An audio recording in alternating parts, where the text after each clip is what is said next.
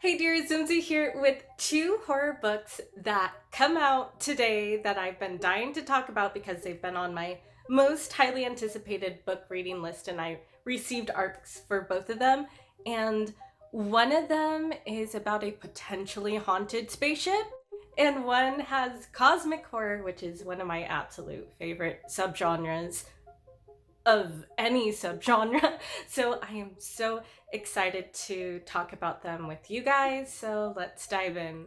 First, we have Dead Silence by S.A. Barnes, and this story follows Claire, who is the team leader of a salvage crew, and her job contract is about to end. So she has nothing planned, she has nothing to lose. So when one of her crew members picks up a distress signal, she decides to investigate. They show up and they realize that the ship that's been sending them signals is the long lost Aurora. It's basically the Titanic, and it disappeared decades earlier. So they're like, oh, we hit the jackpot.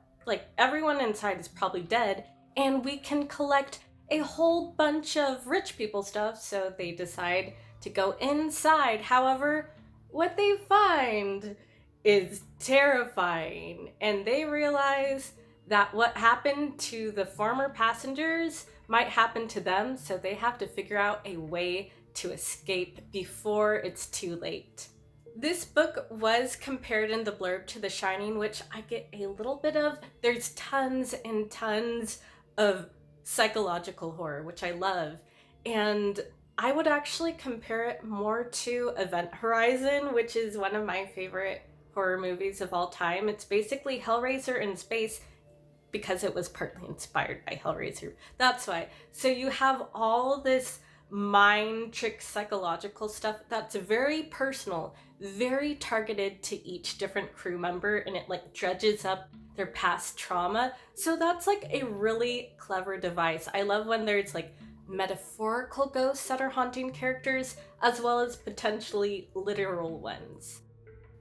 One thing I also want to point out that this is actually a frame narrative. So we start in current time where Claire's rescued. We don't know what happened to her crew. She's being interrogated and they're like, what happened to your crew? And she's an unreliable narrator. She's not sure herself. What was a hallucination? What was real? She's trying to tell her account.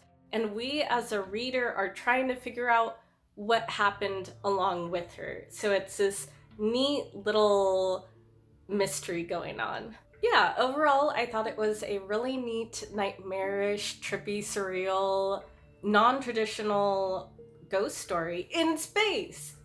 I love space horror. Honestly, I want more space horror because there's something really cool about the coldness and desolation and vastness of space, which I just absolutely love and want more of. Okay, next we have Echo by Thomas Olde Heuvelt, which I hope I said correctly, but he is the same writer who did Hex, which I enjoyed last year. But this one is about Nick, who is a travel writer who wakes up from a coma, and he realizes that his climbing buddy perished while he survived. However, he was horribly disfigured. He has grave injuries, and he's left unable to speak. However, he remembers everything. He remembers that he was drawn by this mysterious force, and now that force is inside of him and threatens to kill everyone around him. And his boyfriend Sam is left trying to care for him and figure out how to deal with his now inhuman boyfriend. I do want to say that this turned out to be a different book than I was expecting, but I still was absolutely wowed by it. So this story focuses more so on Sam and Nick's relationship. It deals with the aftermath. We do get some flashbacks in Nick's notes that are more survival thriller oriented, which I love. Survival thriller is another one of my favorite subgenres, and I did an entire video on that, but we're tabling that away. So this book is more of a portrait of a relationship between a human and non-human force, and it deals with grief and trauma and processing that.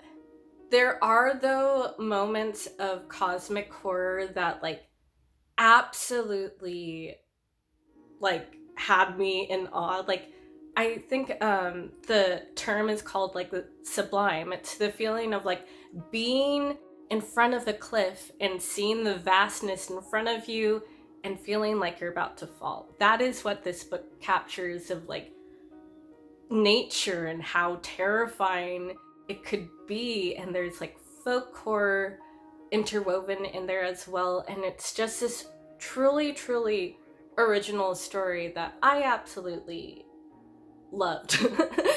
I know I'm biased here, but, like, the types of horror that were in here were incredible. And also I feel like Thomas has this incredible ability to build up the suspense of a scene and create some, like, genuinely creepy moments. And it's, like, really hard for me to get scared from horror. Usually, like, I'm excited by something or I'm disturbed, but for me to be like, ooh, genuinely creeped out, that's difficult to do, and he managed it. There are faults, but, like, I feel like the peaks, the highlights of this story are so high that I rounded it out, like averages. I gave it a 5 anyway. I will say I had the same issue with Hex, that the story does drag in parts, and I wish it had been, like, edited down a little bit, but still, like, wow. What a book. I loved it, and I hope you do too. It might not be for everyone, but it was definitely, like, a book for me. Alright, those are the 2 books that I read recently for the month of February. If you have any cosmic horror or space horror recommendations, whether it's, like, books, video games, movies, or whatever, let me know down in the comments below. As always, thank you for watching, and take care, everyone. See ya!